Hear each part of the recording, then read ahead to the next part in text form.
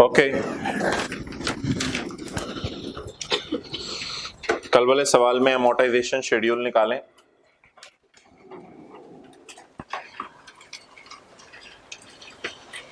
और amortisation schedule निकाल कर ये बताएं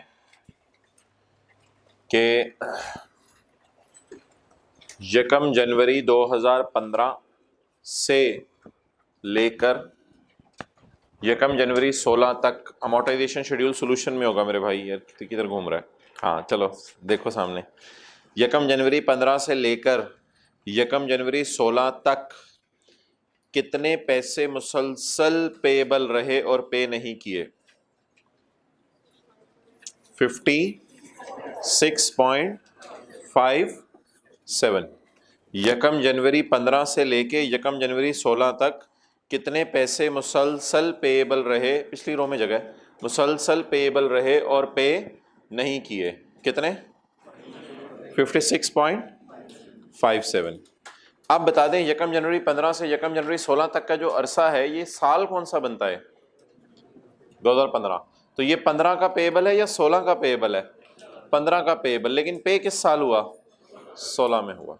ओके, इसलिए ये एक्सपेंस किस साल का आएगा? जो इंटरेस्ट का कल निकाला था 15 का, लेकिन पे किस साल में होगा? 16 में। अच्छा, यकम जनवरी 15 से लेके यकम जनवरी 16 तक मुसलसल कितने पैसे पेएबल रहे? 56.57। अच्छा, यकम जनवरी 16 से जल्दी बैठें प्लीज। यकम जनवरी 16 से यकम जनवरी 17 तक मुसलसल कितने पैसे पेएबल रहे? 42.23। अच्छा, ये अरसा कौन सा बनता है? 16 का पूरा साल बनता है। जब ये 16 का पूरा साल बनता है तो इसका मतलब है ये 16 का इंटरेस्ट है, लेकिन पे किस साल हो रहा है? 17 में। थोड़ा सा नीचे होके गुजरा करो, सेकंड लास्ट रो में। Okay, next. अच्छा, इसके बाद बता दें यकम जनवरी 17 से यकम जनवरी 18 तक मुसलसल कितने पैसे पेएबल रहे? इसको ऊपर कर दो, इस वाले एसी के, हाँ रिमोट। यकम जनवरी 17 से यकम जनवरी 18 तक मुसलसल कितने पैसे पेएबल रहे? इस पर जो अरसा बनता है वो कौन सा बनता है? 17 का पूरा साल। 17 का, तो 17 के पूरा साल का इंटरेस्ट 17 के आखिरी दिन पे किया या 18 के पहले दिन? 18 के पहले दिन। ओके, अच्छा आखिर में बताएं यकम जनवरी 18 से 31 दिसंबर 18 तक का अरसा कौन सा बनता है? किधर देख रहे, इधर तो कुछ लिखा ही नहीं। यकम जनवरी 18 से 31 दिसंबर 18 तक ये अरसा कौन सा बनता है?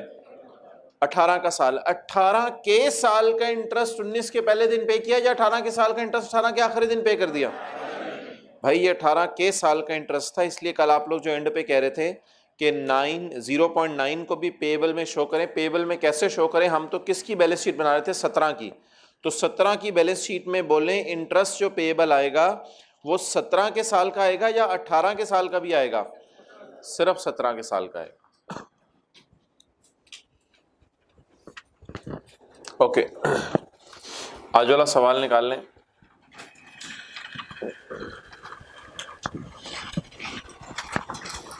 भाई इधर एंड से बैठा करें, फिर एंड तक मसला रहता है आप लोगों को। एंड पे अभी भी नहीं, आप एंड पे गए, अभी भी एंड तक इसी तरह फिर होता रहेगा। आज वाला सवाल निकालें। ऑन यकम जुलाई 2010 को BTL acquired a machine on lease. BTL ने एक मशीन ली लीज पर from a bank. Details of lease are as follows. Lease की डिटेल ये हैं। Cost of the machine is 40 million। The lease term and useful life is 3 years and 10 years respectively। Lease 3 साल की है और life 10 साल। Okay, instalments of rupees 6 million is to be paid semi-annually in arrears। Arrears का क्या मतलब है? 6 महीने के आखिर में। एरियर्स का क्या मतलब है? 6 महीने के आखिर में। ओके, ऑन 31 दिसंबर एंड 30 जून, अभी से जगह बना दो। On 31 December and 30 June each year the interest rate implicit in the lease is 10% per annum. अच्छा भाई ये पर एनम रेट है, लेकिन हमें पर एनम नहीं चाहिए बिकॉज सेमी एनुअल इंस्टॉलमेंट्स हैं। तो 10% अगर साल का रेट है तो हमारी इंस्टॉलमेंट साल की हैं या 6 महीने की हैं? तो 6 महीने का रेट क्या बनेगा? 10% को सिंपल 2 से डिवाइड कर दें जी, कैलकुलेटर पकड़ने की जरूरत नहीं। कितने परसेंट बन गया? 5%। सो लिख लें 5% रेट हम यूज करेंगे सवाल में। ये 5% रेट कौन सा है? एनुअल है, सेमी एनुअल है, क्वार्टरली है? Semi annual. 5% semi annual rate है। Okay, prepare relevant extracts from the balance sheet, notes to the financial. Notes भी देखते हैं अगर आज टाइम मिला तो, अलॉन्ग विद कंपैरेटिव फिगर्स। अच्छा, रिक्वायरमेंट पढ़े, prepare relevant extracts of balance. चलें छोड़ें, पहले सवाल शुरू। ओके, लीज कब शुरू हो रही है? 1 जुलाई 2010 को। ओके, पहला साल कब एंड होगा? अच्छा, ईयर एंड नीचे 30 जून है, 31 दिसंबर है रिक्वायरमेंट में, 30 जून। Okay,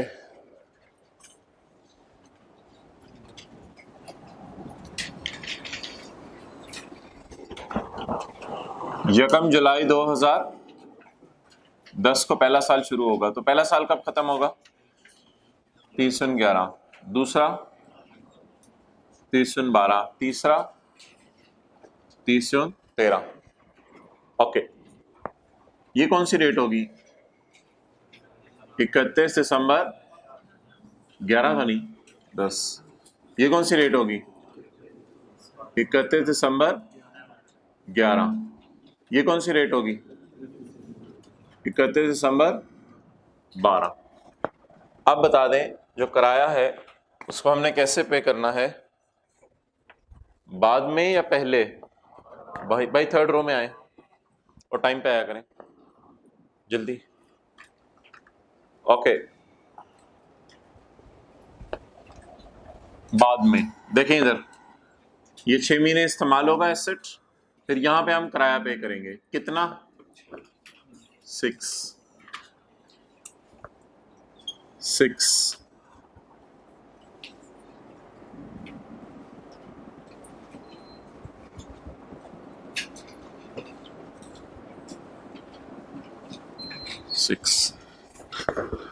Now we will stand on 1 जुलाई 2010 और सारे 6 को बुलाएंगे। 6 6 6 6 6 6, सारे 6 को हमने इधर बुलाना है। आप बता दें इसके लिए एनओटी का फॉर्मूला यूज करें या सिंपल डिस्काउंट का? एनओटी का फॉर्मूला यूज करेंगे, सिंपल डिस्काउंट का फॉर्मूला यूज नहीं करेंगे। नोट करना है, कर लें। वर्किंग 1 शुरू करते हैं। लीज पेमेंट्स,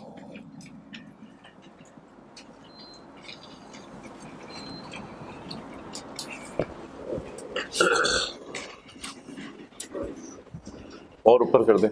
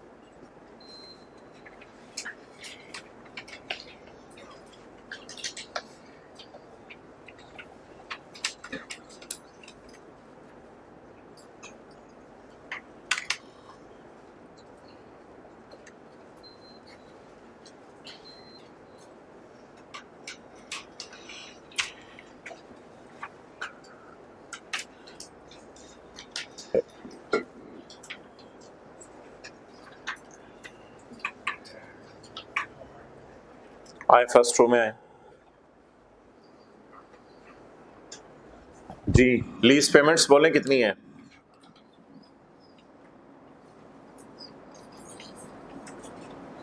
₹6 मिलियन की 6 installments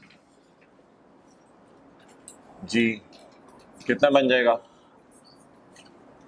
₹36 million.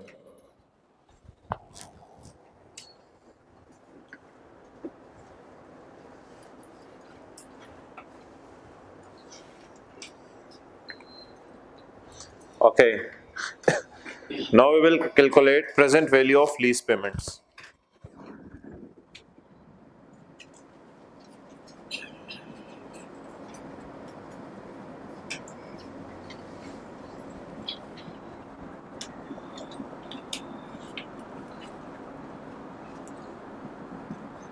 One minus one plus I raised to power minus n divided by I.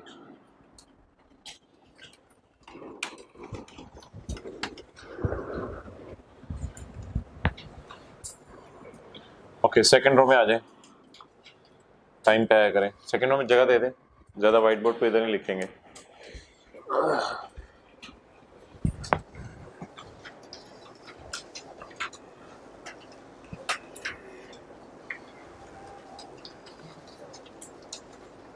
Okay,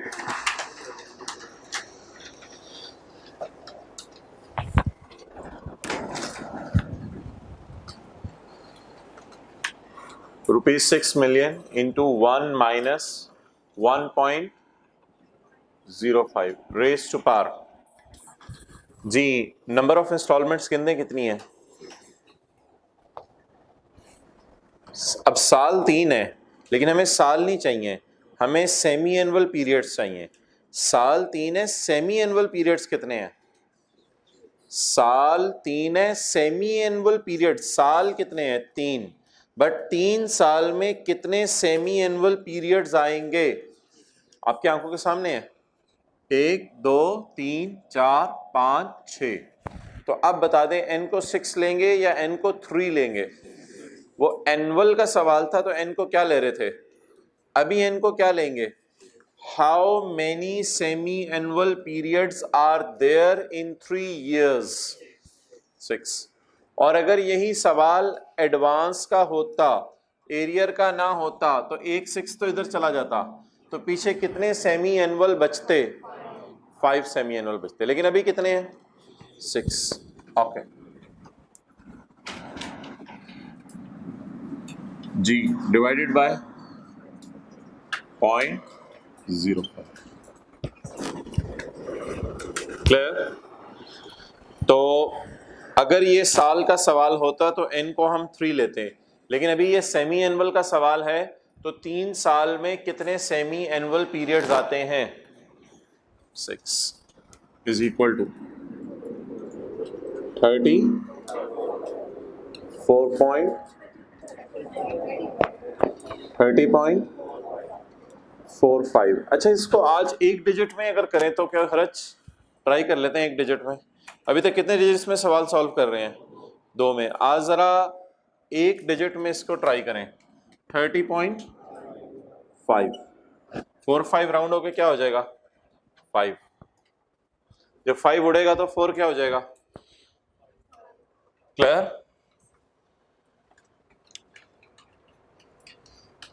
तो अब हम सोच रहे हैं पॉइंट के बाद आज एक डिजिट यूज कर लेते हैं, मर्जी होती है आपकी, कोई हर्ज नहीं इसमें। 30.45 5 को उड़ाया तो 5 4 पे अपने असरात छोड़ के जाएगा, सोबत का असर होता है। ओके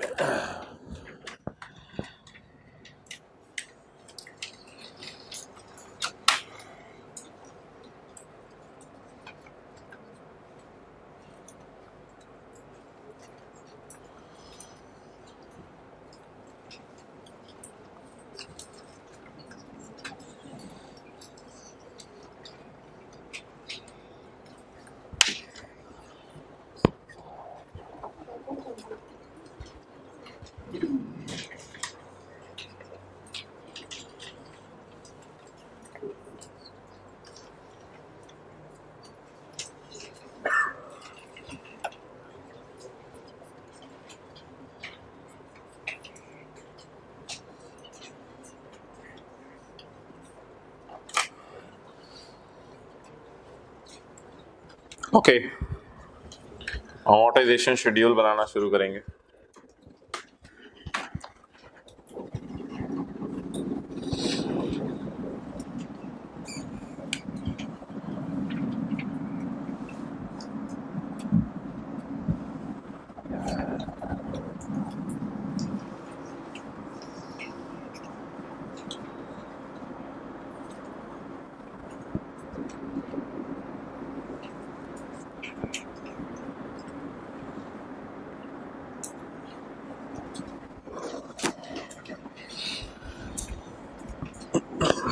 जी किससे शुरू करेंगे? लेट्स सी अमोर्टाइजेशन शेड्यूल कहाँ से बनाना शुरू करता है? Present value of lease payments. जी कैलकुलेटर को सेट कर लिया पॉइंट के बाद एक डिजिट पे। कितने लोगों ने सेट कर लिया? हाथ खड़ा कर दें।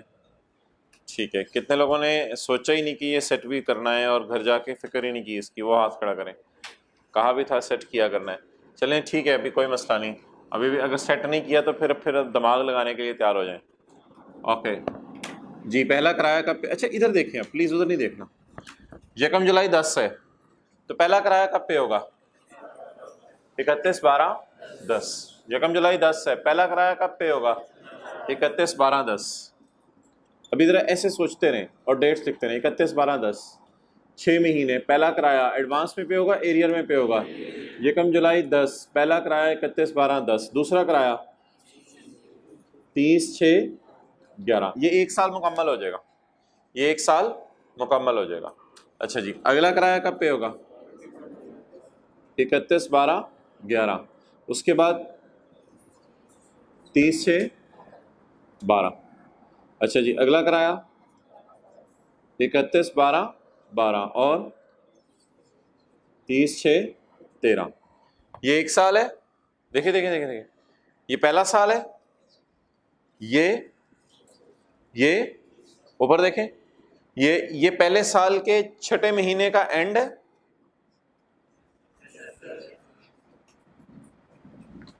ये पहले साल के 12वें महीने का, ये दूसरे साल के छठे महीने का एंड है। आज 30 जून का सवाल हम कर रहे हैं इसलिए ताकि ये बात भी समझ आए। ये दूसरे साल के, ये तीसरे साल के 12वें महीने का एंड है। Okay, interest rate at 5%। चलें जी, 30.5 के ऊपर 5% लगाएं। 1.5 वैसे क्या आ रहा है कैलकुलेटर पे? 1.52। ओके 1.52। अगर 2 को उड़ाएंगे 5 पे कोई असर पड़ेगा? नहीं, ये भी छोटा है, इसकी सोबत के असरात नहीं पड़ेंगे 5 पे, तो 1.5 आ जाएगा। तो इंटरेस्ट, अच्छा इंस्टॉलमेंट्स कितनी है? 6 तो पहला हो गया 1.5।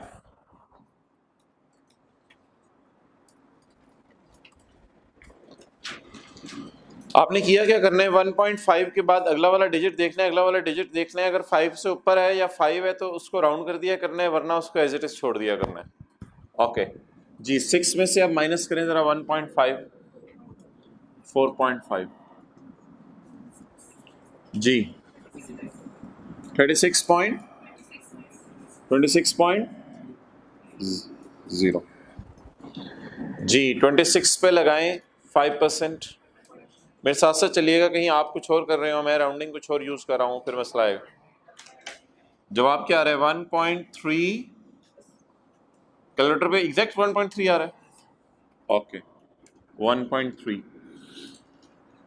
जी, 4.7 20 1.3।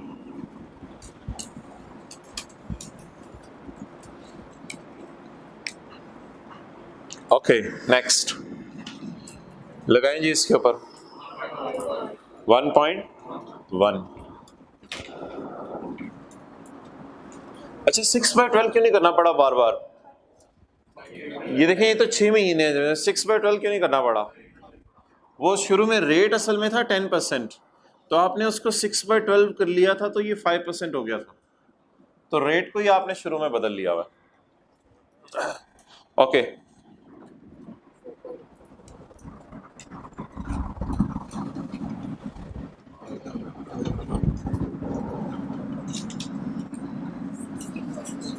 16.4।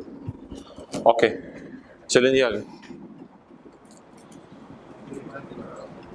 0.8 1.5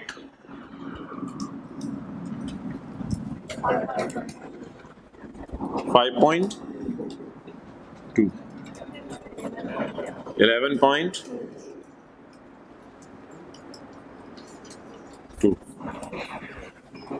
आपका कैलकुलेटर नहीं है निकालो करो ओके 11.2 इंटू 5% 0.6 5.4 जी 5.8 जी नहीं अब आप नहीं एक मिनट पहले ऐसा करते हैं ट्राई करते हैं कि बैलेंस जीरो आ रहा है या नहीं आ रहा 5.8 पे लगाएं कितना आ रहा है 0.3 अब अगर 0.3 करें तो इधर अब ये 0.1 तो अगर आखिरी साल बैलेंस जीरो ना आए तो आखिरी साल बैलेंस जीरो ना आए तो आपको क्या कहा था इंटरेस्ट कैलकुलेटर पे कैलकुलेट बल्कि बैलेंसिंग निकालना है क्या करना है बैलेंसिंग निकालना है जी आप बता दें इधर मैं कितना लिख लूं तो इंटरेस्ट को कितना कर दें 0.2 अगर आपने 0.3 लिखा तो इसका जवाब वो इंटरेस्ट जो इधर से निकलता था उसके फिर बराबर नहीं आएगा जी 0 so it is amortization schedule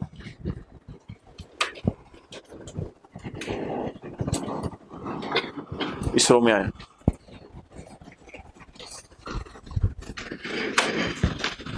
आप भी बना दे जगह एक बंदा अगर आया तो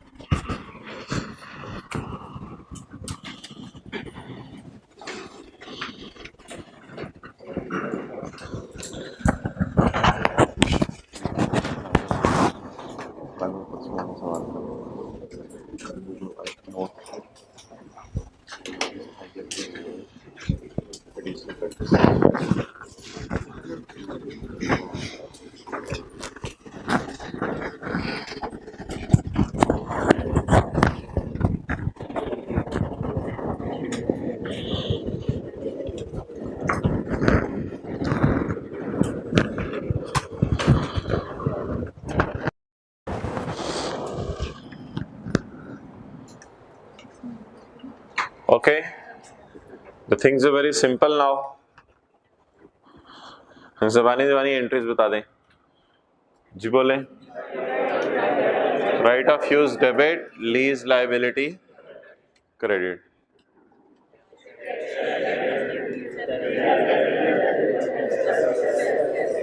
हमारे साल का इंटरेस्ट हमारे साल ही पे हो गया ठीक है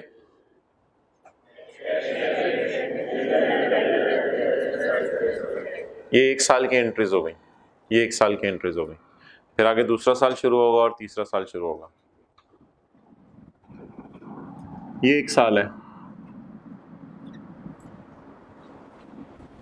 ऐसा ही है हमारा साल दिसंबर नहीं है ना ये एक साल है ये पहला साल है जी ये कौन सा साल है दूसरा क्योंकि दूसरा साल कब एंड हो रहा है 30/12 को और ये कौन सा साल है तीसरा साल है ठीक है तो पहले साल की एंट्री शुरू करते हैं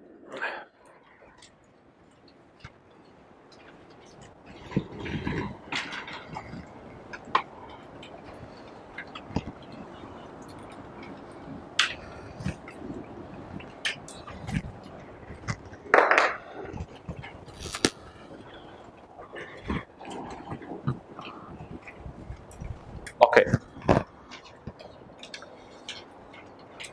BTL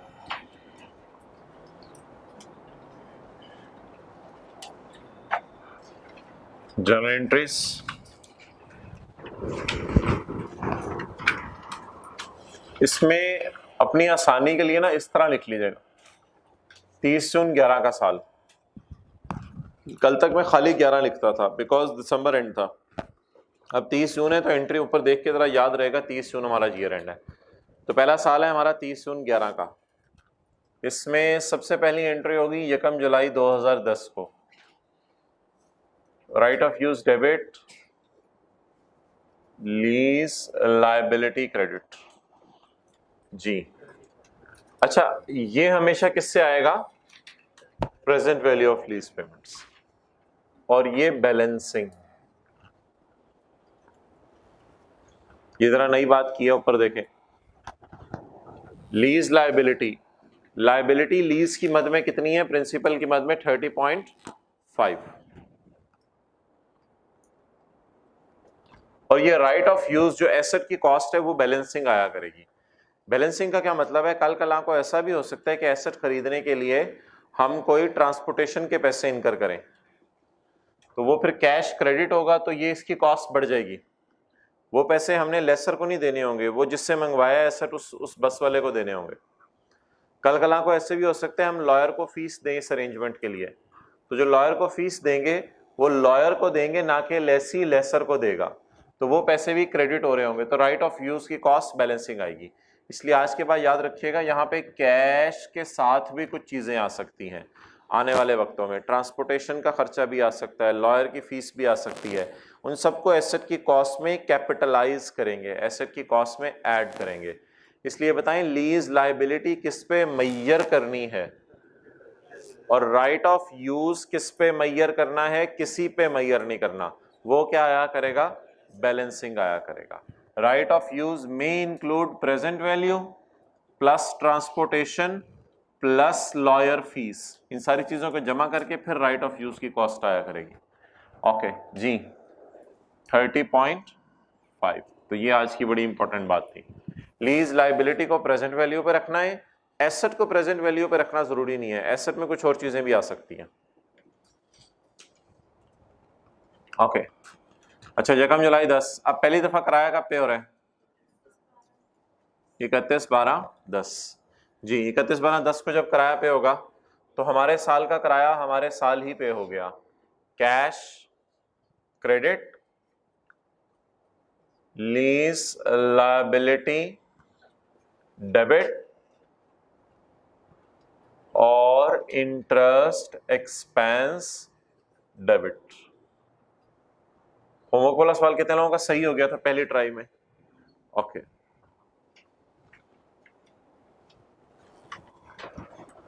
इस दफा आपने रिकॉर्ड ब्रेक करने हैं, वो जो लोग 2-3 दिन तक चलाते हैं ना रोजाना का रोजाना करेंगे, इस दफा आपने जो है वो 4-5 महीने रोजाना का रोजाना करना है।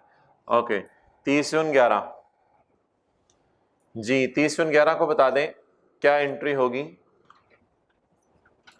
बोले बोले, कैश क्रेडिट, बोले आगे, लीज लायबिलिटी डेबिट कितने से, और इंटरेस्ट एक्सपेंस डेबिट कितने से, 1.3 से।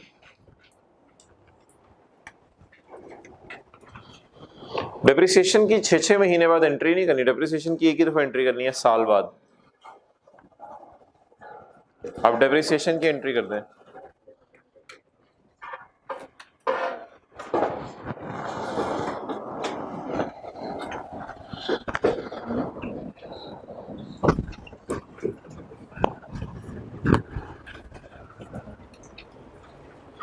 डेप्रिसिएशन की एंट्री करें।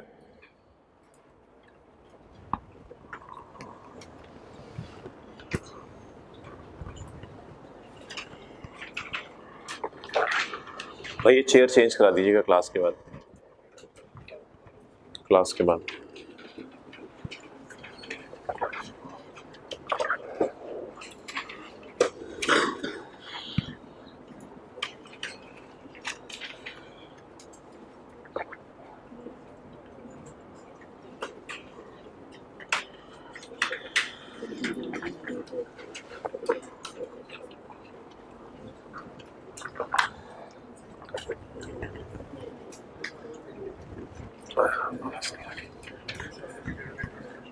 हाँ जी करनी है, 2 सालों की कर लेंगे, 3 की भी कर लो करनी है।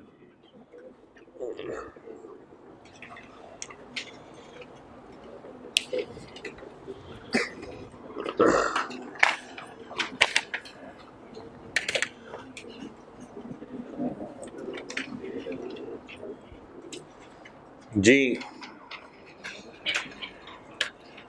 लीज की मुद्दत कितने साल है, 3 साल, और एसेट की लाइफ कितने साल है, 10 साल। तीसरे साल के एंड पर आपने यस और नो बोलना है, सवाल में लिखा हुआ है कि तीसरे साल के एंड पे एसेट लेसी को मुफ्त में दे दिया। भाई इसको मेरी बात सुने। Point 2, the lease time and useful life is 3 and 10 years। सवाल में लिखा हुआ है कि तीसरे साल के एंड पर एसेट लेसी को मुफ्त में दे दिया जाएगा ताकि बाकी 7 साल भी वो एंजॉय करे बेनिफिट। सवाल में लिखा हुआ है कि तीसरे साल के एंड पर लेसी के पास खरीदने की ऑप्शन है जो मार्केट प्राइस से बड़ा सस्ता मिल जाएगा। नहीं लिखा हुआ। अगर ये दोनों बातें सवाल में नहीं लिखी हुई तो इसका मतलब है कि जब लीज एंड होगी तो आम हालात में हम क्या एक्सपेक्ट करें कि एसेट जो है वो वापस कर दिया जाएगा या इसके पास ही रहेगा? वापस कर दिया जाएगा। इस साइड पे बैठिए, इधर बैठे हुए हैं, लास्ट रो ग्रीन शर्ट, इधर इधर हो जाए और इधर हो जाए। तो तीसरे साल के एंड पे एसेट लेसी किसको वापस कर देगा? लेसर को वापस कर देगा। तो इसलिए लिख लें क्वेश्चन 1 पे नीचे, क्वेश्चन इज साइलेंट। ये पेपर में लिखने की जरूरत नहीं है, सिर्फ क्वेश्चन पे लिख लें। Question is silent, so at end of 3rd year lessee will, बोले, return, lessee will return the asset to lessor. Lessee lessor को एसेट वापस कर देगा। तीसरे साल के एंड पे लेसी लेसर को एसेट वापस कर देगा। आप बता दें, अगर लेसी एसेट लेस अपने पास रखता तो फिर तो 10 साल पे डिप्रिशिएट करना था, लेकिन अभी किस पे डिप्रिशिएट करेंगे? नहीं, 3 साल पे नहीं, शॉर्टर पे, शॉर्टर ऑफ लीज टर्म और यूजफुल लाइफ। तो shorter in this case is ownership will not transfer, so we will depreciate over shorter of 3 and 10 years। जी 30/2011 depreciation debit, accumulated depreciation credit।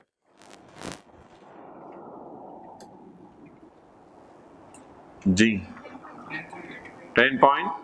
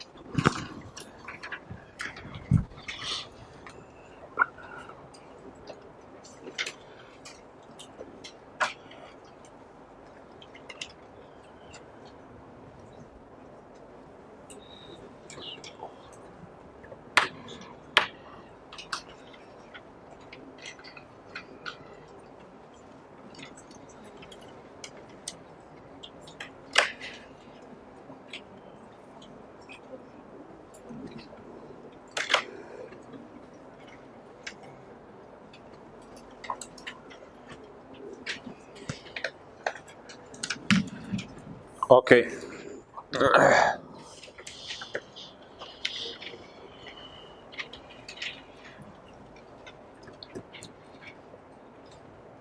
अब सवाल की रिक्वायरमेंट पढ़ें।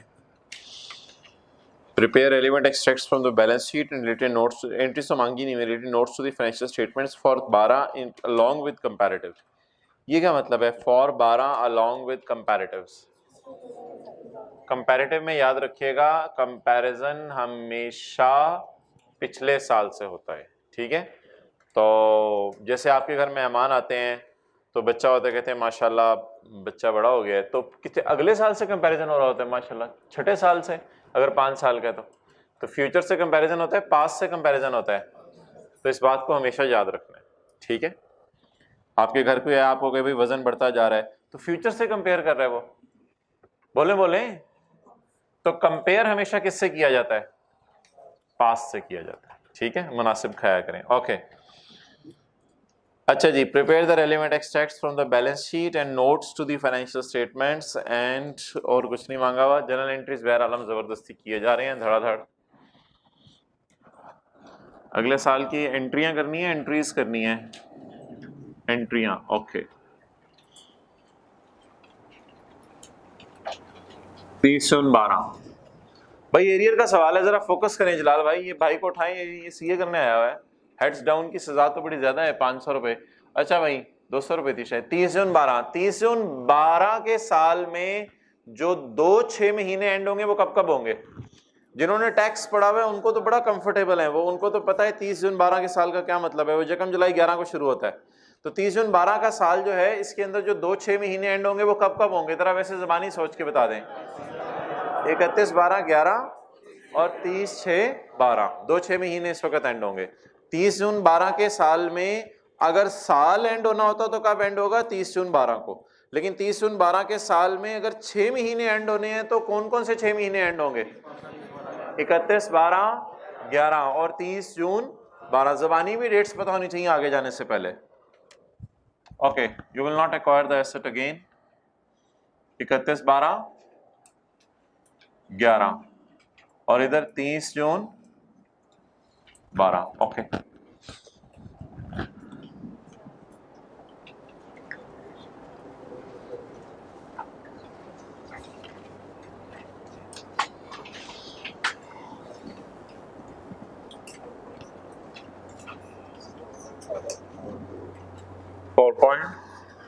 .7 कौन बोल रहा है भाई? सारे जाग के रख रहे हैं क्लास में। Okay next, liability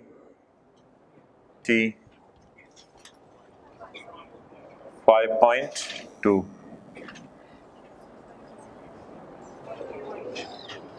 0.8 cash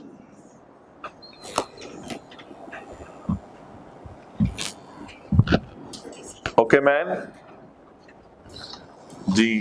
depreciation debit और accumulated depreciation credit, how much? 10.2 10.2 okay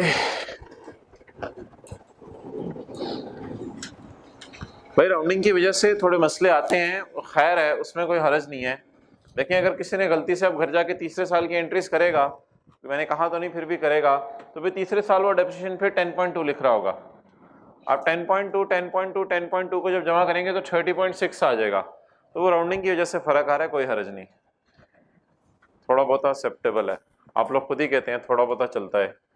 okay, गलत जगह पे अप्लाई करते हैं ऐसे रूल। ओके अच्छा जी, अब भाई बता दें, बैलेंस शीट और प्रॉफिट एंड लॉस बनेगा तो हैन ले एग्स, एग बारी बारी, हैन ले एग।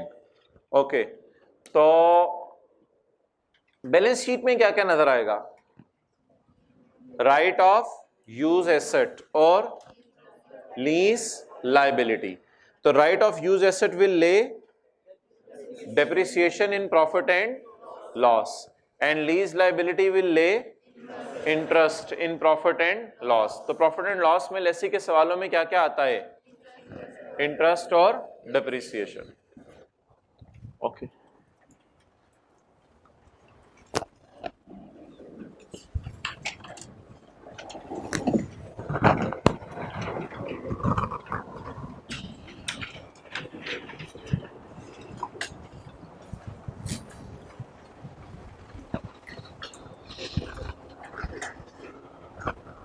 जी, 2 सालों के बना लेते हैं बस। प्रॉफिट लॉस नहीं,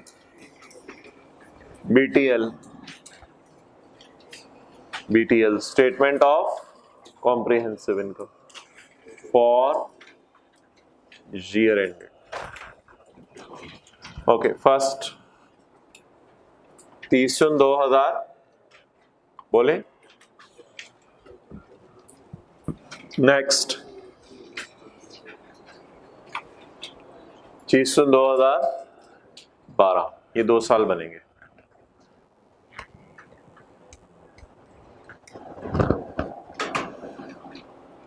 इंटरेस्ट एक्सपेंस या फाइनेंस कॉस्ट और डिप्रीसिएशन 10.2 10.2।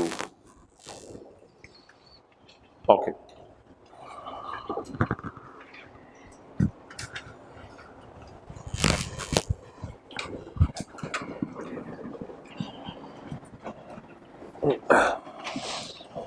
Ji watch here.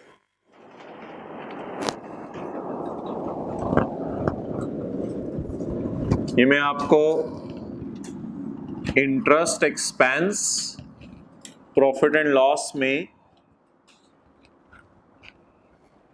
ढूंढने का तरीका बता रहा हूं। Assuming year end is 30 June 11। अभी आप लोगों के जहन में ये सवाल नहीं होना चाहिए, अभी आप लोगों का जहन ब्लैंक होना चाहिए, ठीक है। जहन को खाली कर दें और खाली करके सवालों के जवाब दीजिएगा। पेपर में एक सवाल आया, क्वेश्चन आया कि किराया साल में पे हो रहा है और साल के एंड पे हो रहा है, तो मुझे बताएं प्रॉफिट एंड लॉस का जो इंटरेस्ट एक्सपेंस है वो 30/11 के साल का किस तारीख को नजर आएगा। साल कौन सा है? 31 दिसंबर, 30 जून। अगर साल 30 जून है, किराया कब पे हो रहा है? 30 जून के एंड पे या 30 जून के शुरू में? अगर एंड पे हो रहा है तो एनुअल है, तो कितनी दफा पे हो रहा है किराया? अगर एक दफा पे हो रहा है तो कब पे हो रहा है? एंड पे। तो किस तारीख के सामने नजर आ रहा होगा? 30/11 के सामने, जो 30/11 की डेट, 30/11 की डेट के सामने जो इंटरेस्ट नजर आ रहा होगा उसको ले जाएंगे प्रॉफिट एंड लॉस में। तो कौन सी डेट के सामने वाला इंटरेस्ट प्रॉफिट एंड लॉस में जाएगा अमोर्टाइजेशन शेड्यूल में? अगर नजर मारें। अगला क्वेश्चन, अगर सवाल एनुअल इंस्टॉलमेंट्स के नहीं, अगर सवाल सेमी एनुअल एरियर का है तो आप मुझे बता दें साल में इंटरेस्ट कितनी दफा पे होगा? 2 दफा पे होगा। और किस वक्त पे होगा? 6 महीने के एंड पे या 7वें महीने के शुरू और 13वें महीने के पहले दिन? 6ठे महीने के एंड और 12वें महीने के एंड पे या 7वें महीने के पहले दिन और 13वें महीने के पहले दिन? 6ठे महीने के एंड पे और 12वें महीने के एंड पे। सारे आंखें इधर रख के बताएं कि ये साल शुरू कब हो रहा है। जिन्होंने टैक्स पढ़ा हुआ है वो तो बहुत जल्दी बता देंगे। ये साल शुरू कब हो रहा है? 1 जुलाई 10 को। तो पहले 6 महीने कब एंड होंगे? 31/12/10 को। और दूसरे 6 महीने कब एंड होंगे? 30/6/11 को। तो कितनी डेट्स के सामने हमें इंटरेस्ट नजर आएगा? 2 डेट्स के सामने। कितनी डेट्स के सामने में इंटरेस्ट नजर आएगा? 2 डेट्स के सामने। ओके, अब आप हजरात ने इधर ऊपर नहीं देखना, जबानी मुझे बताना है। एक बंदा कहता है मेरा इधर एक बंदा कहता है मेरा 30/18 ईयर एंड है और मैं साल में किराया एरियर में पे करता हूं। तो 30/18 वाले ईयर एंड का अगर साल में किराया एरियर में पे हुआ तो इंटरेस्ट भी किस दिन नजर आएगा? 30/18 को। यही बंदा कहता है मादरत मैं साल में एरियर में किराया पे नहीं कर रहा, सेमी एनुअल एरियर में किराया पे कर रहा हूं। तो इसके इंटरेस्ट किस दिन नजर आएगा? 31/12/17 और 30/6/18। ये बात क्लियर हो गई?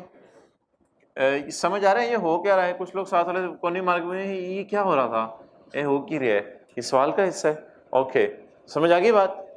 ओके, कल वाली बात भी आप पूछ लो। कल वाला सवाल क्या था? ये तो लेक्चर 1 था ना, लेक्चर 1 और 2 बल्कि था। ये कल लेक्चर, ये आज वाला लेक्चर है। कल वाला क्या था? एनुअल था, एडवांस। एज्यूमिंग इन तीनों मिसालों में मैंने क्या एज्यूम किया हुआ है? ईयर एंड क्या है? 30/11। तो बताएं यकम जुलाई 10 से लेके 30 जून 11 के साल का इंटरेस्ट 30 जून 11 को पे होगा या 13वें महीने के पहले दिन पे होगा? तो अगर कल जैसा सवाल होता तो फिर हमें इंटरेस्ट किस दिन नजर आता, 30 जून 11 की रात को या यकम जुलाई 12? यकम जुलाई 11 की सुबह, एक दिन बाद, यकम जुलाई 11 की सुबह, इस डेट को हमें क्या नजर आता? इंटरेस्ट। तो प्रॉफिट एंड लॉस में इंटरेस्ट शो करने के लिए ये आपको गाइडेंस दे दी है। ऊपर आप लिख सकते हैं how to search directly interest in profit and loss. How to search directly, जहां दिल चाहते हैं वो उठा के लिख देते हैं या बैलेंस शीट की जगह छोड़ के लिखते हैं? अच्छा, how to search interest expense for profit and loss. क्या बनाने के लिए? प्रॉफिट एंड लॉस बनाने के लिए। इंटरेस्ट एक्सपेंस कैसे ढूंढते हैं?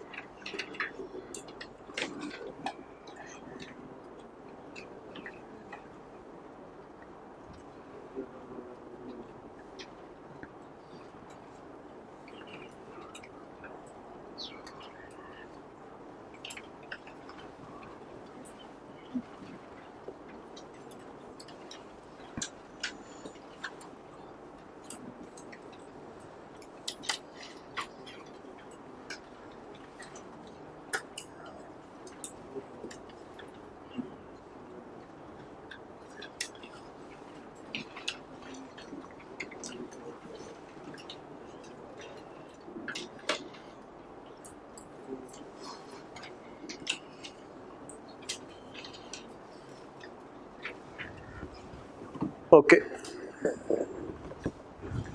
दोबारा आप सोचें जरा। हमारा साल 30 जून 11, एक मिनट जरा, हमारा साल 30 जून 11 को खत्म हो रहा है और किराया साल में एक ही दफा पे हो रहा है साल के एंड पे, तो फिर इंटरेस्ट भी किस तारीख के सामने नजर आएगा? 30 जून 11 के सामने। हमारा साल एंड हो रहा है 30 जून 11 को, ठीक है? ऐसे देखें मत, ऐसे सोचें, हमारा साल एंड हो रहा है 30 जून 11 को, 30 जून 11 को हमारा साल एंड हो रहा है और किराया साल में 2 दफा पे हो रहा है। तो अब बता दें अगर किराया एरियर में पे हो रहा है तो फिर किस किस दिन इंटरेस्ट नजर आएगा? 31, 12, 10 और 30 जून 11। अच्छा जी, हमारा सवाल है एडवांस का और किराया साल में एक दफा पे हो रहा है। अब याद रखिएगा किराया एक दफा पे हो रहा है, किराया साल में एक दफा पे हो रहा है एनुअल, इसका मतलब ये नहीं कि इंटरेस्ट भी एडवांस में पे होता है। पूरी दुनिया में कहीं इंटरेस्ट एडवांस में पे नहीं होता, वो किराया एडवांस में पे हो रहा है, उसको छोड़ें। अच्छा जी, हमारा साल है 30 जून 11। 30 जून 11 के साल के अंदर जो है वो हमारा किराया एडवांस में पे हो रहा है और एक दफा पे हो रहा है, यानी एनुअल एडवांस का सवाल है। अब बता दें एनुअल एडवांस के सवाल के अंदर 30 जून 11 के साल का इंटरेस्ट 30 जून 11 की रात को पे होगा। 30 जून 11 के साल का इंटरेस्ट एक साथ 11 की सुबह पे होगा, एक साथ 11 की सुबह पे। ये तीन किस्म के सवाल हैं, हमने तीनों किए हैं। अच्छा, ये तो interest expense profit and loss में ढूंढने के लिए आपको एक हिंट दे दिया। अगली बात जो आपसे करनी है वो बैलेंस शीट में आके करनी है, लेकिन वो वही सुनहरी असूल है जो लिखवा दिया था हमारे साल के पेमेंट के नीचे लाइन लगा दो। वो बात अलग है, वो बात अलग है। इंटरेस्ट को ढूंढने का ये आज अलग तरीका बताया आपको, वो बात अलग है। इंटरेस्ट के ढूंढने के लिए आपकी डेट्स के ऊपर बड़ी स्ट्रॉन्ग ग्रिप होनी चाहिए, तो इसको बार बार जाके जो है वो आपने रिवाइज करना है। ओके, अब आप मुझे, अगर मैं एज्यूम करूं कि मेरा ईयर एंड 30 सितंबर 12 है, अगर मैं एज्यूम करूं मेरा ईयर एंड 30 सितंबर 16 है, 30 सितंबर 16 है, तो बता दें पहले सिनेरियो में क्या होगा? एनुअल एरियर में, एनुअल एरियर में क्या होगा? इधर देखें बस, एनुअल एरियर एक दफा किराया पे हो रहा है, एंड पे हो रहा है, तो इंटरेस्ट किससे नजर आएगा? बोले बोले, होंठ हिलाएं, कुछ नहीं होता। 30 सितंबर 16। अच्छा, 30 सितंबर 16 को मेरा साल एंड हो रहा है, लेकिन किराया साल में 2 दफा पे हो रहा है। आप बता दें मुझे इंटरेस्ट किस किस तारीख के सामने नजर आएगा? 31 मार्च प्लस 30/9/16। ये एनुअल एरियर का सवाल हो गया, ये सेमी एनुअल एरियर का सवाल हो गया। और मुझे बता दें अगर एनुअल एडवांस का सवाल है, एनुअल एडवांस का सवाल है, तो फिर किराया इधर 12वें महीने के एंड पे हो रहा था, इधर छठे और 12वें महीने के एंड पे हो रहा था, इधर 13वें के पहले दिन, 13वें महीने के पहले दिन। आप बता दें कौन सा दिन बनेगा? 1, 10, 16। तो डिपेंड अपॉन द क्वेश्चन किस डेट के सामने आपने देखना है। ठीक है, ओके, इट्स ओवर।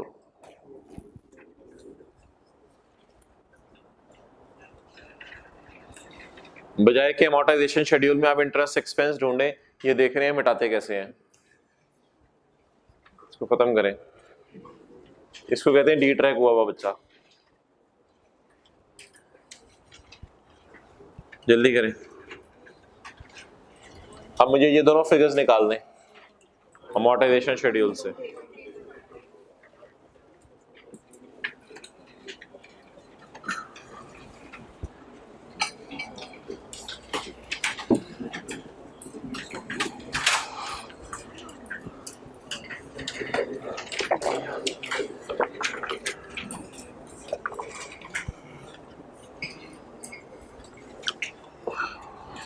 जी, किसको ढूंढ रहे हो? किसी को नहीं? अच्छा, तो फिर ये पीछे क्यों देख रहे थे? ओके, 30 जून 11 का साल है, साल में 2 दफा किराया पे होना है, तो 30 जून 11 के साल के अंदर बताएं सबसे पहला किराया कब पे होगा? 31/12/10 और दूसरा 30 जून। अब 31/12/11 की 31/12/10 की तारीख के सामने जाकर बताएं इंटरेस्ट कितना है, और 30 जून 11 के सामने 1.3। ये डेट बोलें इसकी, जल्दी जल्दी डेट बोलें। आए हुए तो होंठ लाएं। 31/12/10, 30 से 11। अच्छा, इधर बता दें इधर के लिए कौन कौन से ढूंढे? 31/12/11 और 30 जून 12। 31/12/11 बताएं क्या आ रहा है? ये होता है डायरेक्ट उठाना, यहां से डायरेक्ट बद दे के प्लस 0.8। जी बोल, 1.9। तो ये मैंने ब्रैकेट में वर्किंग्स शो की हैं, आप ऐसे समझ लें।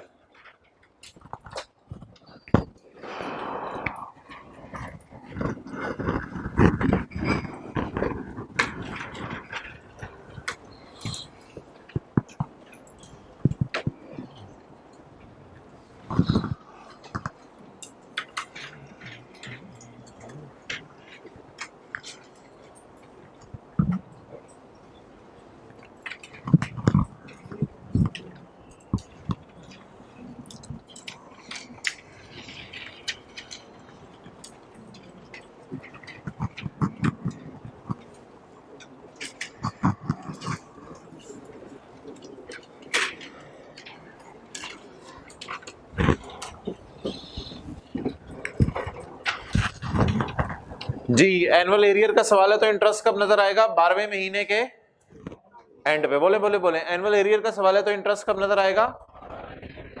सेमी एनुअल एरियर का सवाल है तो इंटरेस्ट कब नजर आएगा? छठे महीने के एंड पे। और एनुअल एडवांस का सवाल है तो इंटरेस्ट कब नजर आएगा? 13वें महीने के पहले दिन। दोबारा बोले, एनुअल एरियर का सवाल है तो इंटरेस्ट कब नजर आएगा? 12वें महीने के, सोच के बोले, 12वें महीने के आखिरी दिन। और सेमी एनुअल एरियर का सवाल है तो इंटरेस्ट कब नजर आएगा? छठे महीने के आखिरी दिन और 12वें महीने के आखिरी दिन। और इसी तरह जो है वो एनुअल एडवांस का सवाल है तो इंटरेस्ट कब नजर आएगा? 12वें के आखिरी दिन नहीं, 13वें के पहले दिन। Okay, balance sheet right of use आप कैलकुलेट कर दें, फिर लीज लायबिलिटी की तरफ मैं आता हूं। BTL SOFP as on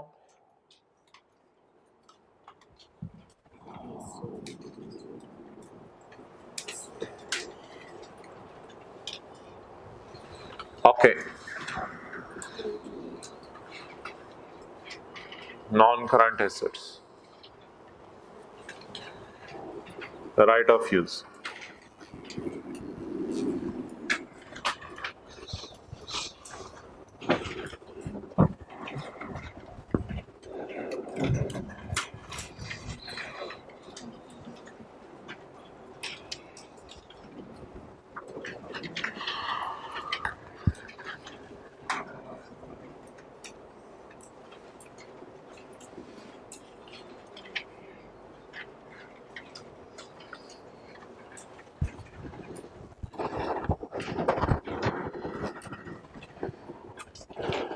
ji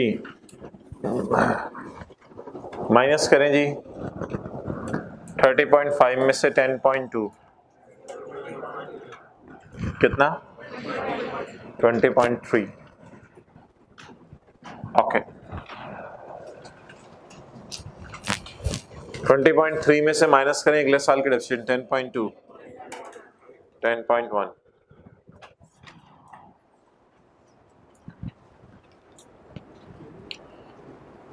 Okay, non-current liabilities, lease obligation, current liabilities,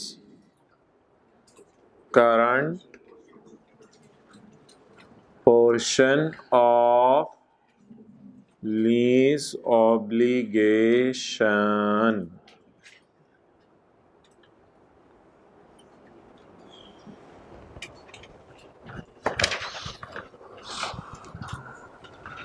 जी भाई आप ब्लू कैप एंड पे बैठे हुए हैं, खड़े हो जाए। बैलेंस शीट बनाने के लिए कोई तारीखी जुमला बोलें। हमारे साल, बैठ जाए, हमारे साल की पेमेंट के नीचे लाइन लगा दें। हमारे साल की पेमेंट के नीचे लाइन लगा दें। हमारे साल की पेमेंट के नीचे लाइन लगाने का मकसद ये है कि उसके नीचे क्या पड़े होंगे? जब आप हमारे साल की पेमेंट के नीचे लाइन लगा देंगे तो फिर नीचे क्या पड़े होंगे? पेबल्स। ओके भाई, हमारे साल में तो 2 पेमेंट्स हैं, कौन सी पेमेंट के नीचे लाइन लगानी चाहिए, ऊपर वाली या आखिरी पेमेंट? सबसे आखिरी पेमेंट के नीचे लाइन लगाएंगे ना। तो आज के बाद फिक्रे को जरा बेहतर कर ले, हमारे साल की आखिरी पेमेंट के नीचे लाइन लगा दें, क्योंकि सेमी एनुअल का सवाल भी आ सकता है और नीचे आपने नजर मार ली होगी होमवर्क में क्वार्टरली का सवाल है, तो सेमी एनुअल का सवाल भी आ सकता है, क्वार्टरली का सवाल भी आ सकता है। इसलिए क्या करेंगे, हमारे साल की आखिरी पेमेंट के नीचे लाइन लगा देंगे। जब हमारे साल के आखिरी पेमेंट के नीचे लाइन लगा देंगे तो नीचे क्या पड़ी होंगी? पेमेंट्स पड़ी होंगी या लायबिलिटीज पड़ी होंगी? तो अब हमारे साल की आखिरी पेमेंट के नीचे लाइन लगानी है। जरा मुझे ये बता दें कि हमारा साल है 30 जून 11, तो 30 जून 11 के साल में आखिरी पेमेंट कौन सी हुई है? ये वाली हुई है। तो इस पेमेंट के नीचे लाइन लगाएं। जरा 2-3 बंदे आए, हिम्मत करें, लाइन लगवाएं।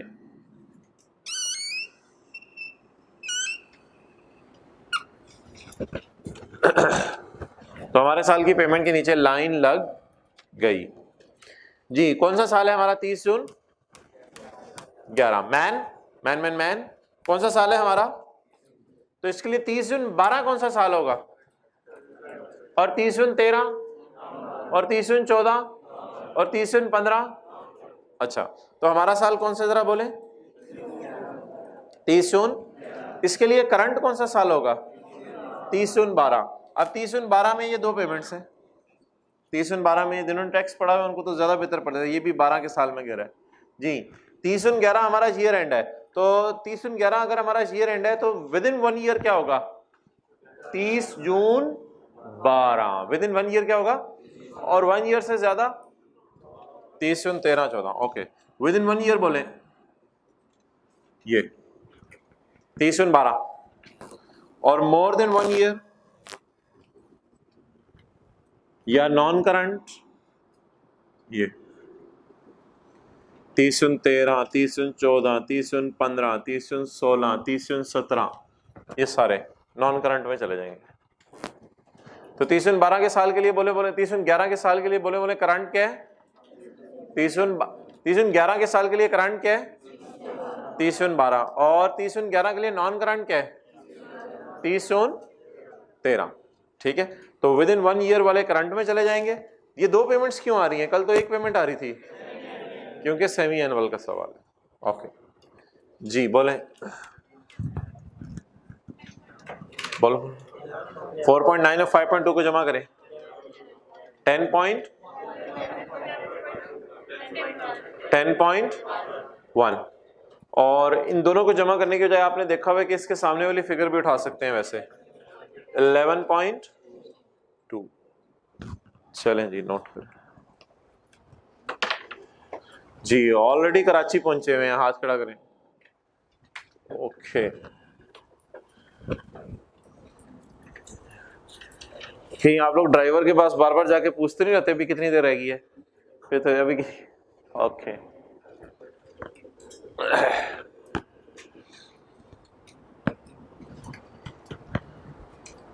कितने लोगों की तबीयत में तहम्मुल मिजाजी है, एक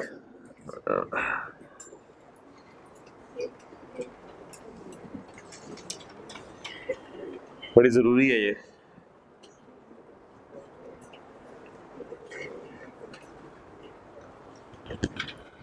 कितनों की तबीयत में गुस्सा है, 1 2 3 4 5 6 तेरी है, क्यों करते हो गुस्सा। किताबों में लिखा हुआ है कि अब वालिदैन है, कुछ वालिदैन तो चलो सही करते हैं गुस्सा, आपकी हरकतें ऐसी होती है, कुछ वालिदैन बिला वजह गुस्सा करते हैं। तो कहते हैं सामने जब पहलवान आ जाते हैं वही वालिद गुस्सा नहीं करता, क्योंकि वो पहलवान से डरता है, पहलवान की गाड़ी में गाड़ी मार दे आगे चुप करके खड़ा हो जाता है, कुछ भी नहीं कहता। तो ये गुस्सा असल में आप अगले बंदे को देख के करते हैं, गुस्सा होता नहीं है। ओके जिस पे जोर चलता है उस पर आप गुस्सा कर लेते हैं।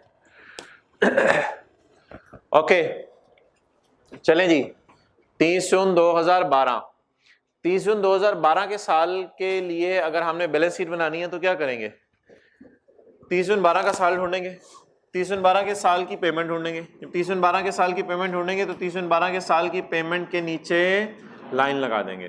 तो जिस साल की बैलेंस शीट बनानी है उस साल की पेमेंट के नीचे लाइन लगाएं। किस साल की बैलेंस शीट बनानी है, 30 जून 12 की, तो 30 जून 12 की पेमेंट के नीचे लाइन लगाएं। ये 30 जून 12 की पेमेंट के नीचे लाइन लगा दी।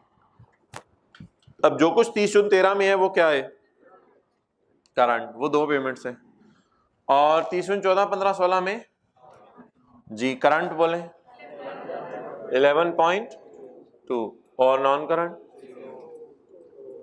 0, करंट 0 जी।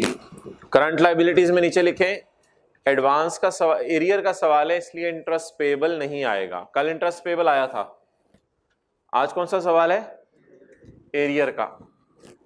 एरियर का सवाल है इसलिए बैलेंस शीट में इंटरेस्ट पेबल नहीं आएगा।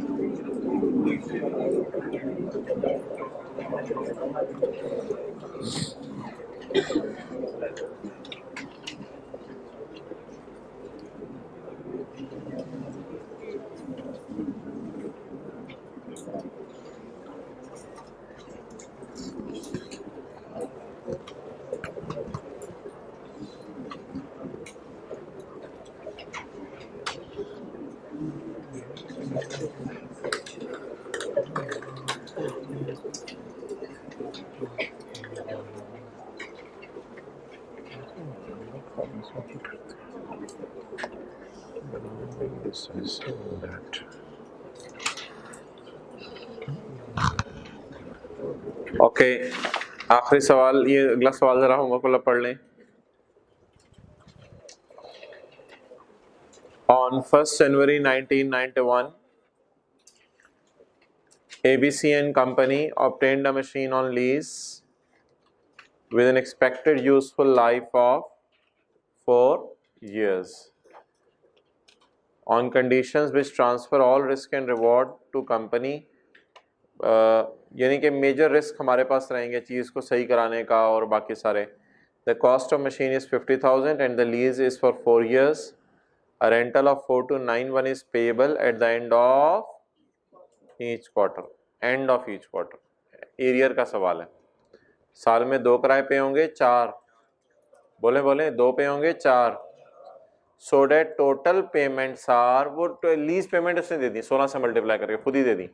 लीज पेमेंट वो जो सबसे ऊपर वाली फिगर है लीज पेमेंट 36, वो उसने दे दी 16 को मल्टीप्लाई करके किराए से। The company depreciate machine over a period of 4 years, the rate is 16% per annum. ये पर एनम रेट है, इसको क्वार्टर में कन्वर्ट करेंगे सेमी एनुअल में क्वार्टर में, तो इंटू 3/12 या 4 से डिवाइड कर दें जैसे भी आप समझें। तो साल में कितने क्वार्टर आते हैं? 4 क्वार्टर आते हैं। साल में कितने क्वार्टर आते हैं? 4। तो 16% रेट यूज़ करेंगे या 16% को 2 से डिवाइड करेंगे? 2 से डिवाइड नहीं करेंगे, किससे डिवाइड करेंगे? 4 से। तो कितने परसेंट रेट आ जाएगा? 4%। तो सवाल में कौन सा होगा? 4% रेट यूज़ होगा। ओके, अच्छा भाई, अब आज के सवाल में भी note to the financial statements मांगा हुआ है, और जो हमने क्लास के अंदर पहला सवाल किया था उसमें भी note to the financial statements जो है वो मांगा तो नहीं हुआ था, बन सकता है। Now what is note to the financial statements, इसके ऊपर थोड़ी बात कर लेते हैं।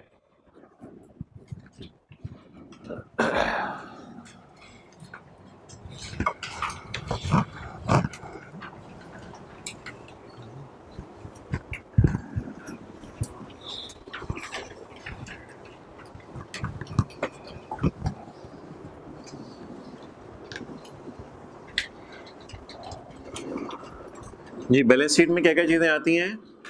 राइट ऑफ यूज और बोले लीज ऑब्लिगेशन, और प्रॉफिट एंड लॉस के अंदर इंटरेस्ट एक्सपेंस और depreciation.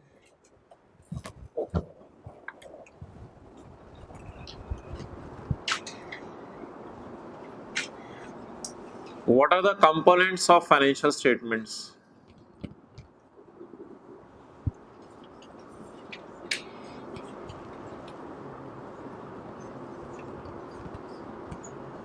What are the components of financial statements? जी, स्टेटमेंट ऑफ, जिसको प्रॉफिट एंड, स्टेटमेंट ऑफ जिसको बैलेंस शीट भी कहते हैं, जिसको बैलेंस शीट भी कहते हैं। अच्छा जी, और बोले जी, statement of changes in equity, ये FR1 में बनाई है statement of changes in equity, statement of changes in equity. चलें, जिन्होंने FR1 पहले की पढ़ी हुई है, इस दफ़ा नहीं पढ़ी, तो उनको अब इस FR2 में पढ़ा दी जाएगी। अच्छा, आगे स्टेटमेंट ऑफ, ये बनाई थी FR1 में, स्टेटमेंट ऑफ कैश फ्लो, ये हमारे सिलेबस में नहीं है FR2 में। ओके, नोट्स टू दी, ये किस टॉपिक में बनाए थे FR1 में, किस में, IS 16 में, notes to the financial statements. Okay, अच्छा भाई, ये क्या है, प्रॉफिट एंड, ये क्या है, बैलेंस शीट। इस सवाल में कैपिटल में तो कोई चेंजेस आई नहीं, और कैश फ्लो हमारे सिलेबस में नहीं है। पीछे क्या रह गया, note to the financial statements. तो note to the financial statements में हम यूजर को बताते हैं लीज के बारे में। मुझे ये बता दें कि प्रॉफिट लॉस बैलेंस शीट देखकर आपको क्या पता चल रहा है, लीज का इंटरेस्ट रेट कितना है, कहां लिखा हुआ है 5%,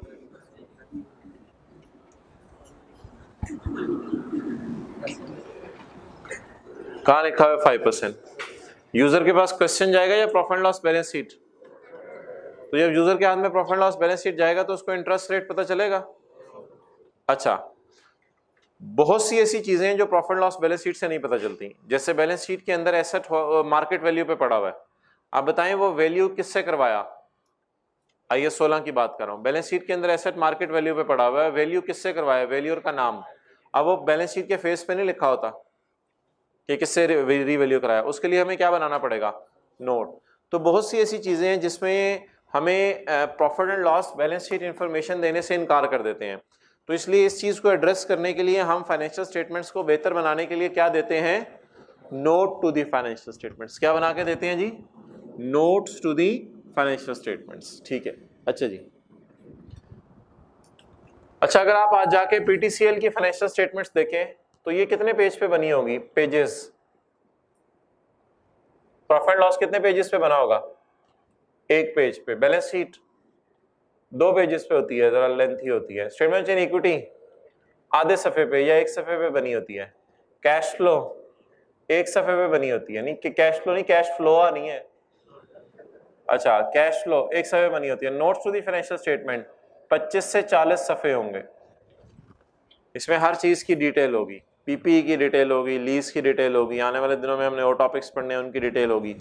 तो इसमें चीजों की डिटेल आती है, क्योंकि प्रॉफिट लॉस बैलेंस शीट जो है वो बस फिगर्स की जस्ट इंफॉर्मेशन देते हैं, उनकी डिटेल देने से इनकार कर देते हैं। Notes to the financial statements में सारी चीजों की डिटेल होगी, हत्ता कि वो जो आप कॉस्ट ऑफ सेल का ब्रेकअप बनाते थे, कॉस्ट ऑफ गुड्स मैन्युफैक्चर्ड, वो भी एक पूरी स्टेटमेंट बनती थी, material use, labour use, overhead use, वो सारा भी notes to the financial statement में दिया होता है। प्रॉफिट लॉस के फेस पे सेल नजर आ रही होगी, लेकिन नोट्स में बताया होगा सेल में लोकल सेल कितनी है, बाहर के मुल्क की सेल कितनी है। तो notes to the financial statements 25, 30, 40 सफ़ों के होते हैं, जिन पे ऑर्गेनाइजेशन की सारे और यहाँ से लिंक हुए होते हैं कि प्रॉफिट लॉस में फला जगह से लिंक हुआ है बैलेंस शीट में। तो notes to the financial statements financial फाइनेंशियल स्टेटमेंट्स का मेन कंपोनेंट है एक। तो इस बारे में एक सवाल अराइज होगा कि अगर हमें पेपर में note to the financial statement मांग लिया जाए तो उस नोट को बनाने का तरीका क्या है। Okay,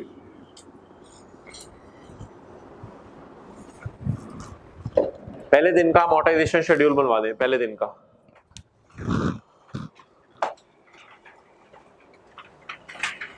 lecture number 1 amortisation schedule 20 million वाला था।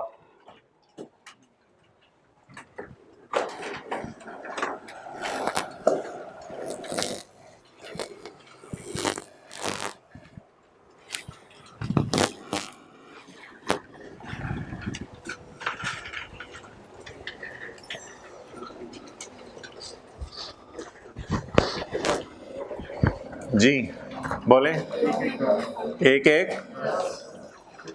कितनी पेमेंट्स थी,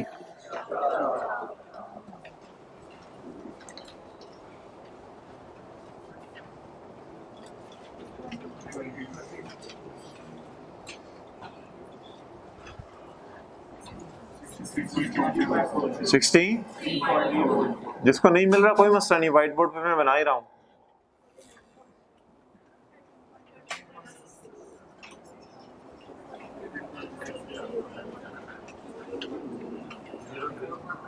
पॉइंट के 2 डिजिट थे।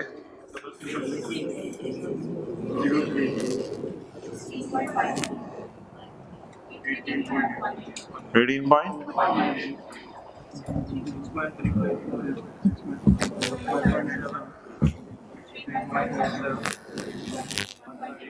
9 पॉइंट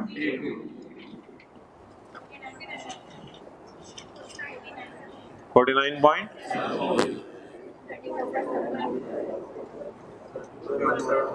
7 18 पॉइंट ओके जी। इसका मैं नोट बनाता हूं अभी। ऑर्गेनाइजेशन का नाम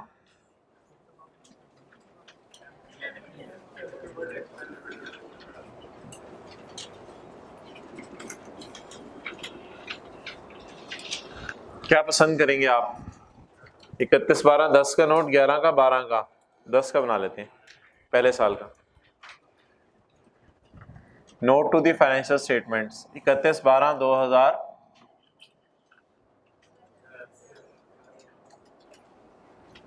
31 12 10।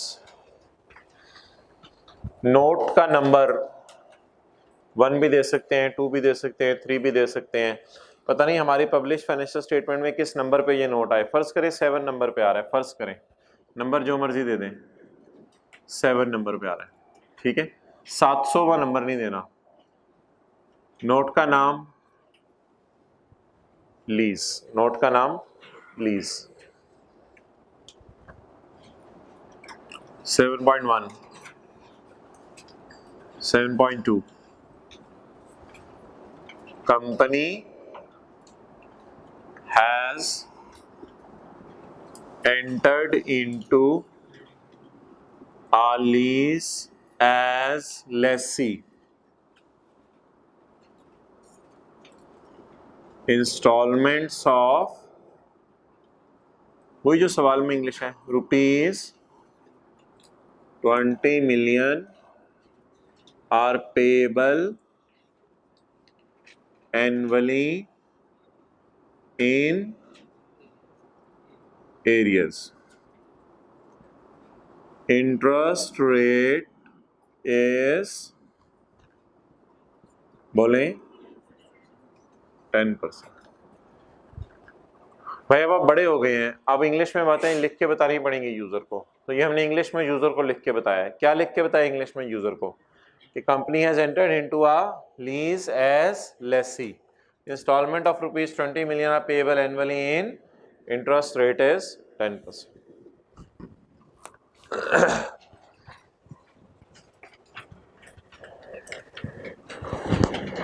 ये पहले लेक्चर का नोट बन रहा है, दाएं वाले को मुतवज्जे कर दें और नोट करवाएं उससे।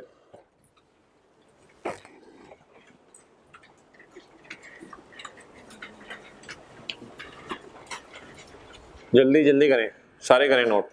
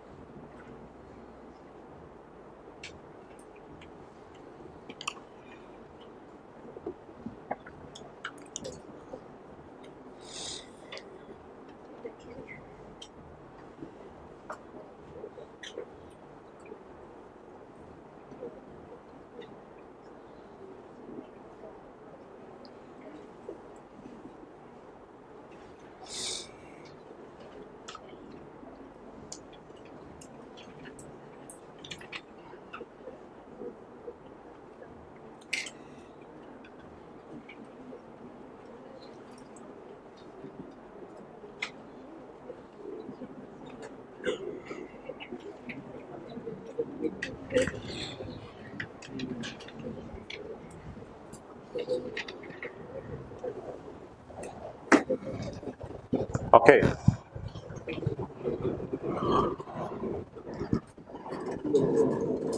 जागते रहना भाइयों।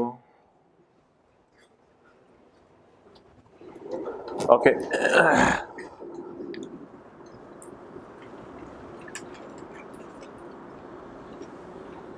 नोट का जर्नल एंट्री से कोई ताल्लुक नहीं होता। Maturity analysis, contractual undiscounted cash flows. बोले maturity analysis, contractual undiscounted cash flows. बोले maturity analysis, contractual undiscounted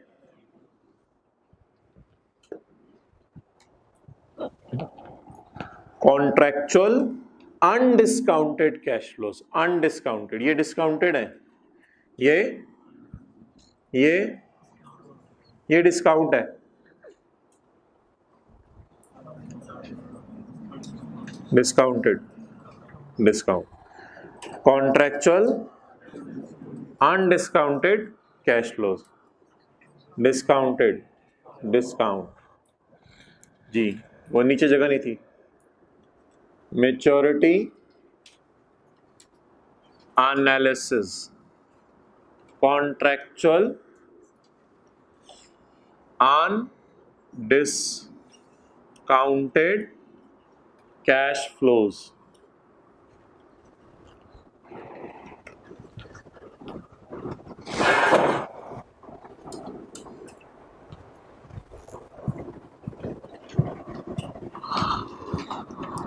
lease payments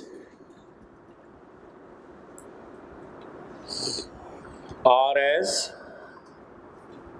follows. Okay. Balance sheet और नोट बनाने के लिए हमारे साल की पेमेंट के नीचे, बैलेंस शीट और नोट बनाने के लिए हमारे साल की पेमेंट के नीचे हमारा साल कौन सा है? हम सिर्फ किस साल का नोट बना रहे हैं फिलहाल? हम सिर्फ किस साल का नोट बना रहे हैं इस साल? 31/12/10। हमारे साल की पेमेंट कौन सी है? हमारे साल की पेमेंट के नीचे क्या लगा दें? लाइन लगा दें। हमारे साल की पेमेंट हो गई है या होनी है? हो गई है। बाकी सालों की पेमेंट अभी हम किस दिन खड़े होकर यूजर को नोट बना के दे रहे हैं? 31/12/10 को। इस नोट बनाने का मकसद है उसको फिक्रमंद करना। इस नोट बनाने का मकसद है उसको फिक्रमंद करना। फिक्रमंद किस चीज के बारे में किया जाता है? अब्बू को एएफसी के बारे में आप फिक्रमंद करेंगे? बोले बोले बोले, जिस किसी का एक रहता है वो चुप रहे, बाकियों से पूछ रहा हूं। अब्बू को आप एएफसी के बारे में फिक्रमंद करेंगे? क्यों? उसकी फीस आप दे चुके, उसकी फीस आप दे चुके। फिक्रमंद किस चीज के बारे में किया जाता है? फ्यूचर के बारे में किया जाता है, पास्ट के बारे में किया जाता है? बता दें नोट का मकसद क्या है? यूजर को क्या करना? फिक्रमंद करना। फिक्रमंद किसके बारे में किया जाता है? फ्यूचर के बारे में। फ्यूचर के बारे में क्या फिक्रमंद किया जाता है? यूजर को बताओ 60 मिलियन अरेंज करो, ये फिक्रमंद करना है। यूजर को क्या बताओ, कितना अरेंज करो? 60 मिलियन अरेंज करो। एक साल के अंदर अंदर कितना चाहिए? एक साल के बाद 2 साल के अंदर अंदर कितना चाहिए? 2 साल के बाद 3 साल के अंदर अंदर कितना चाहिए? 3 साल के बाद 4 साल के अंदर अंदर कितना चाहिए? कुछ नहीं चाहिए। फिक्रमंद किसके बारे में करना है? 31/12/10 की पेमेंट के बारे में यूजर को फिक्रमंद करना है, या 31/12/11/12/13 की पेमेंट के बारे में यूजर को फिक्रमंद? तो फ्यूचर का नोट बनाना है या पास्ट का नोट बनाना है? फ्यूचर। करंट ईयर का नोट भी नहीं बनाना। कुछ टॉपिक्स होंगे उनमें करंट ईयर का नोट बनेगा। इसमें सिर्फ कौन से चीजें आएंगी? Future. Lease payments are as follows. Payment से मतलब ये नहीं कि पेमेंट्स कर दी, सिर्फ फ्यूचर के बारे में हम उसे फिक्रमंद करेंगे। लेस देन 1 ईयर या with in 1 year, with in 1 year, 1 to 2 years, 2 to 3 years, 3 to 4 years, 4 to 5 years, more than 5 years। more than 5 year को इधर डाल दिया करेंगे इकट्ठा। more than 5 year। जी मैं इधर खड़ा हूं, एक साल के अंदर अंदर कितना पे करना है? बोले बोले बोले 20। मैं इधर खड़ा हूं, 1 साल के बाद बट 2 साल के अंदर अंदर कितना पे करना है? नहीं नहीं, अलग अलग शो होगा। 1 साल के बाद बट 2 साल के अंदर अंदर। मैं इधर खड़ा हूं, 2 साल के बाद बट 3 साल के अंदर अंदर कितना पे करना है? 20। ये वाले तीनों 20 उठाने हैं। तू जा, तू जा, तू भी चला जा, बस ये करना है। अच्छा जी, 3 साल के बाद बट 4 साल के अंदर अंदर, 4 साल के बाद बट 5 साल के अंदर अंदर। बोले बोले 5 साल के बाद, बोले बोले 0। इसकी बनाने की जरूरत नहीं है पेपर में, 0 0 0, इसकी बनाने की जरूरत नहीं है। टोटल अब बता दें 60 टोटल क्या शो कर रहा है? हम फ्यूचर के बारे में फिक्रमंद कर रहे हैं या पास के बारे में? इस लाइन से ऊपर क्या है भाई? बूथे ऊपर, बेबाउते है ये ऊपर। अच्छा नहीं, इस लाइन से ऊपर क्या है? इस लाइन से नीचे क्या है? फ्यूचर। फ्यूचर के बारे में फिक्रमंद करने, पास के बारे में। आसान नोट है मुश्किल नोट है? बताइए, नोट बनाना आसान है मुश्किल? ऐसे ही लोग परेशान करते हैं नोट बनाना मुश्किल है। नोट बनाना क्या है? आसान है। सीए में नोट बनाने आए हैं? अच्छा जी, नोट करें जल्दी। नोट बनाना आसान है।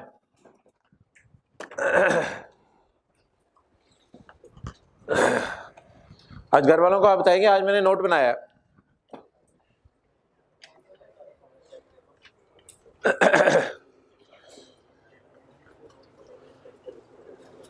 इंट्रो वाले को नोट बनाना इंट्रो वाले को नोट बनाना नहीं सिखाया जाता, वरना वो नोट बनाने लग जाते हैं, सीए छोड़ देता है। FR2 वाले को नोट बनाना सिखाया जाएगा। हर टॉपिक में नोट बनाना सीखेंगे। कौन सा वाले नोट सोच रहे हैं? इलामा इकबाल वाले?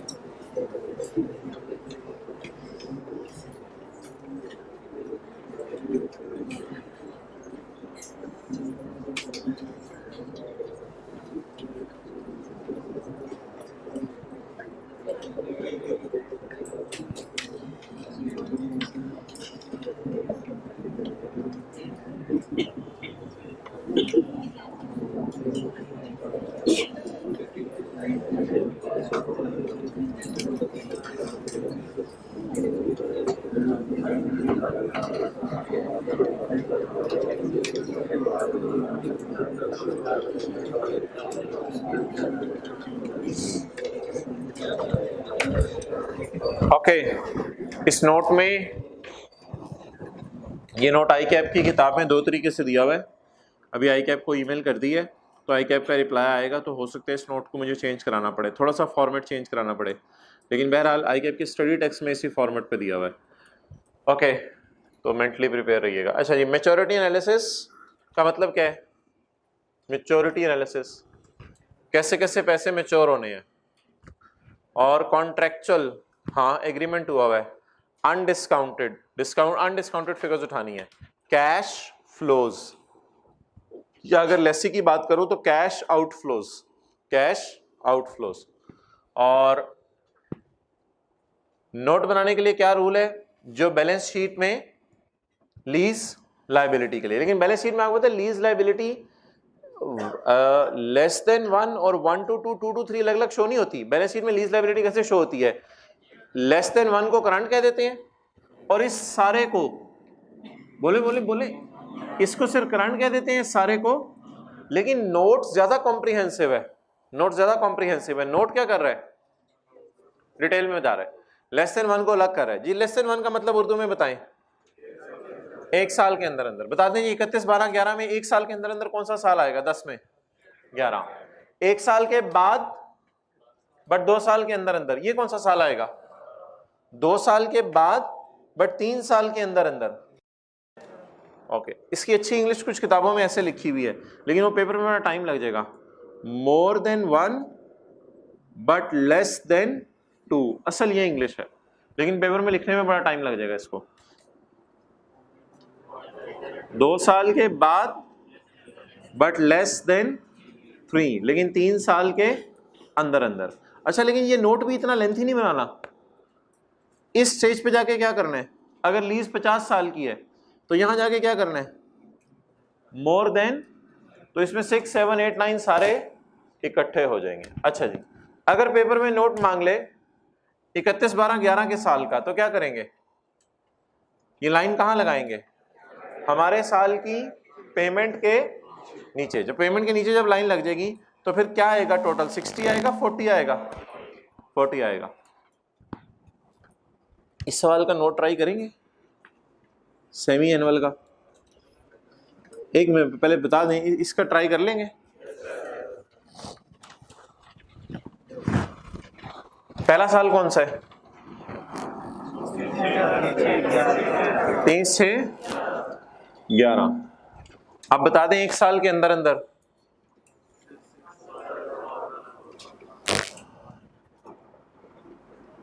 छः जमा 6 12, और एक साल के बाद बट 2 साल के अंदर अंदर 12।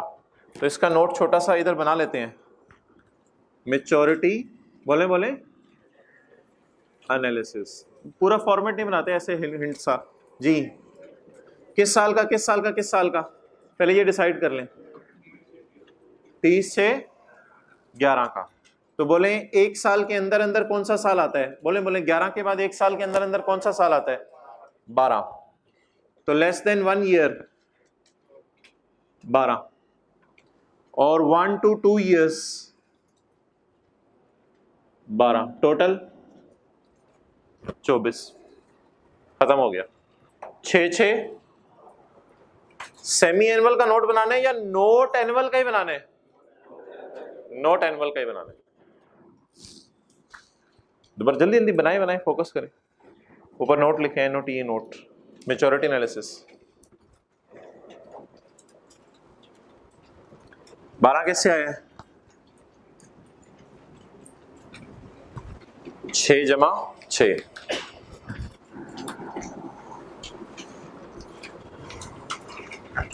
दोबारा देखें, फोकस करें, 1 मिनट दे दें बस, फ्री करें जी। नोट किस साल का बनाने, 23 से 11 का। एक साल के अंदर अंदर कौन सा साल आएगा, एक साल के अंदर अंदर कौन सा साल आएगा, 30 से 12, तो 6 जमा 6 12 जी। नोट किस साल का बनाने, 30 से, नहीं अभी इसी का 30 से 11 का। तो एक साल के बाद 2 साल के अंदर अंदर कौन सा साल आएगा, 30 से 13। तो 13 के साल में कितनी पेमेंट्स हो रही हैं, 2, 6 जमा 6। प्लीज ये बनाएं। इंग्लिश वगैरह ऊपर उसी तरह लिखनी है। अच्छा, ये जो होमवर्क का सवाल है ना, इसमें एक चीज और डाल लें कि 2 साल की बैलेंस शीट बनानी है और प्रॉफिट एंड लॉस। होमवर्क के सवाल की रिक्वायरमेंट में आए, एक चीज और डाल लें, 2 साल का profit and loss balance sheet भी बनाना है, 91 92 का।